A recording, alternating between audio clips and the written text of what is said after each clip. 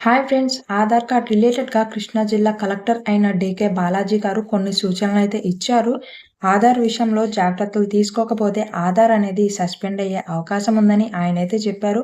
ఈ వీడియో వచ్చేసి ముఖ్యంగా ఇంటర్ అలానే national level exams like NEET, JEE exams రాసేవాళ్ళు ముఖ్యంగా ఈ వీడియో అయితే చూడండి. అలానే మీ ఫ్రెండ్స్ ఎవరైనా ఉండుంటే గనక వాళ్ళకు కూడా షేర్ చేయండి. ఇలాంటి ఇన్ఫర్మేటివ్ వీడియోస్‌ని మిస్ అవ్వకూడదంటే వీడియోని లైక్ చేసి ఛానెల్‌ని సబ్స్క్రైబ్ చేసుకోవడం మాత్రం మర్చిపోకండి.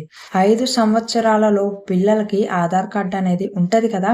వాళ్ళకి 5 ఏళ్ళు దాటినాక 5 సంవత్సరాలు వచ్చాక 7 సంవత్సరాల లోపు కంపల్సరీగా ఆధార్ సెంటర్‌కి తీసుకువెళ్ళి బయోమెట్రిక్స్ ఇవ్వాలని, అలానే 10 సంవత్సరాలు దాటినాక కూడా కంపల్సరీ బయోమెట్రిక్స్ అనేవి అప్డేట్ చేసుకోవాలని ఆయనైతే చెప్పారు.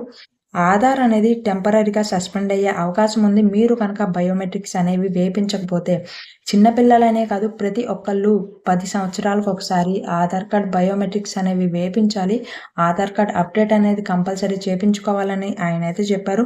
ముఖ్యంగా నేషనల్ లెవెల్ ఎగ్జామ్స్ రాసేవాళ్ళు like NEET exam, JEE exams రాసేవాళ్ళు కంపల్సరీగా ఆధార్ బయోమెట్రిక్స్ అనేవి అప్డేట్ చేసుకోవాలని ఆయనైతే చెప్పారు.